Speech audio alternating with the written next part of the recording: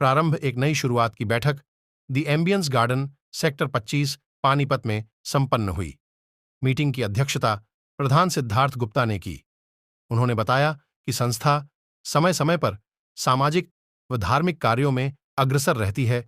संस्थापक दीपक गोयल ने बताया कि एक बार फिर संस्था सर्वसाधारण हेतु हिंदू रीति अनुसार समाज के सभी जाति वर्ग के लिए सामूहिक विवाह सम्मेलन आयोजित करने जा रही है।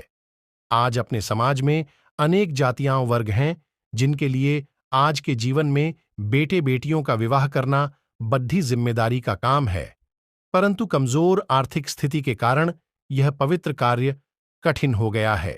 इसलिए संस्था ने 30 जून 2024 दिन रविवार के शुभ दिन पर यह सम्मेलन आयोजित करने का निर्णय लिया है।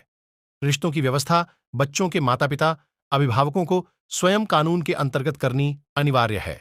उदाहरण स्वरूप, बेटी की उम्र 18 वर्ष से अधिक व बेटे की उम्र 21 वर्ष से अधिक हो, बेटी बेटा अविवाहित हो। प्रारंभ एक नई शुरुआत आने वाली 30 जून 2024 को गरीब कन्याओं का विवाह करने जा रही है। उसमें हमें आप सभी भाइयों से एक मदद चाहिए कि आप लोगों के माध्यम से हमारा प्रचार हो, हमारी संस्था के मतलब जो हम कार्य करना जा रहे हैं, ये सामूहिक विवाह करने जा रहे हैं, इसका प्रचार हो ताकि जो जरूरतमंद है उस तक ये बात पहुंचे और हमें 15 मई से पहले वो रजिस्ट्रेशन करवाएं। इसका उनको कोई भी किसी भी तरह का शुल्क नहीं देना होगा, सारा खर्चा संस्था अपने आप व्यय करेगी। उसमें जो भी शादी के लिए हॉल हमने किया है वो एम्बियंस हॉल है सेक्टर 25 में, जैसे कि जहाँ पे कॉन्फ्रेंस हो रही है आप भी देख सकते हैं इसको। उसके अलावा हमने 21 जोड़ों का भी विवाह का इसमें रखा है आयोजन। बाकी लास्ट टाइम हमने जैसे 11 का रखा था तो 14 हो गए थे। अगर इसमें कोई मतलब 2 जोड़े ज़्यादा आ जाए, 2 जोड़े कम हो जाए तो हम उनको भी एडजस्ट कर लेंगे। धन्यवाद।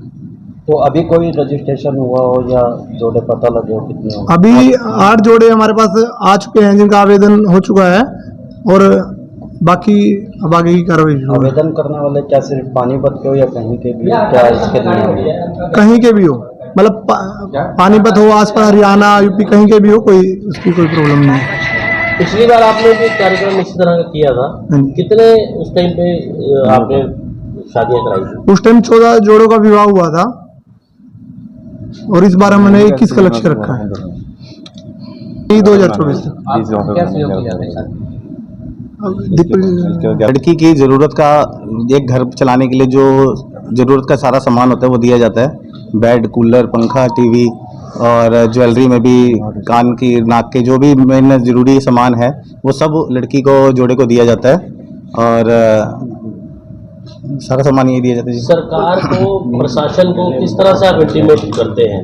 हम लोग सरकार से परमिशन लेते हैं। रजनी गुप्ता जी जो बाल विवाह अधिकारी हैं यहाँ पे, उनसे हम लोग सारे जोड़ों के कागज़ वहाँ पे जमा होते हैं, वो उनको सत्यापित करते हैं। उसके बाद एक हमें वहाँ से लेटर इशू होता है कि हम लोग ये मास मैरिजेस कर सकते हैं, सामूहिक विवाह कर सकते हैं। सब जोड़ों के कागज़ वो सत्यापित करने के बाद हमें अलाउ करते हैं। जितनों को वो हमें अलाउ करते हैं उतनी ही शादियाँ हम लोग करते हैं। इस कार्यक्रम में खर्चा तो लाखों का आता है, तो इसमें कौन वहन करता है? सारे हम लोग भाई जो प्रारंभ परिवार के सदस्य हैं, सब जितना भी खर्चा होता है वो सब हम लोग मिल बांट के वो पूरा करते हैं। अब ये कैसे क्राइटेरिया इनका कैसे रहेगा कि कौन गरीब है, कौन कैसे, इनका क्राइटेरिया क्या है? आप देखिए, क्राइटेरिया कोई ऐसा फिक्स नहीं होता, लेकिन हम लोग जैसे उनके घर जाते हैं, हम ये देख रहे हैं एक ही घर में 4 बेटियां हैं, 5 बेटियां हैं, कमाने वाला एक है, वो मजदूरी कर रहे हैं, कोई 7,000 रुपये 10,000 रुपये की मजदूरी कर रहा है।